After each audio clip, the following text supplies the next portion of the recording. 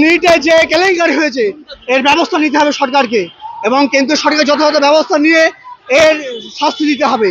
এবং পাশাপাশি দীর্ঘদিন হয়ে গেল পশ্চিমবঙ্গে রেজাল্ট বেরিয়ে গেছে উচ্চ মাধ্যমিক ছেলে মেয়েদের, কিন্তু আমরা দেখতে পাচ্ছি যে উচ্চ মাধ্যমিক রেজাল্ট বেরিয়ে 1 মাস অতিক্রান্ত, কিন্তু কোনো কলেজে এখনো ভর্তি হতে পারছে না। তাহলে এর প্রতিবাদে আমরা অবিলম্বে কলেজে ভর্তি নিতে হবে, এই দাবি আমরা ডিওসের পক্ষ থেকে করছি রাজ্য জুড়ে।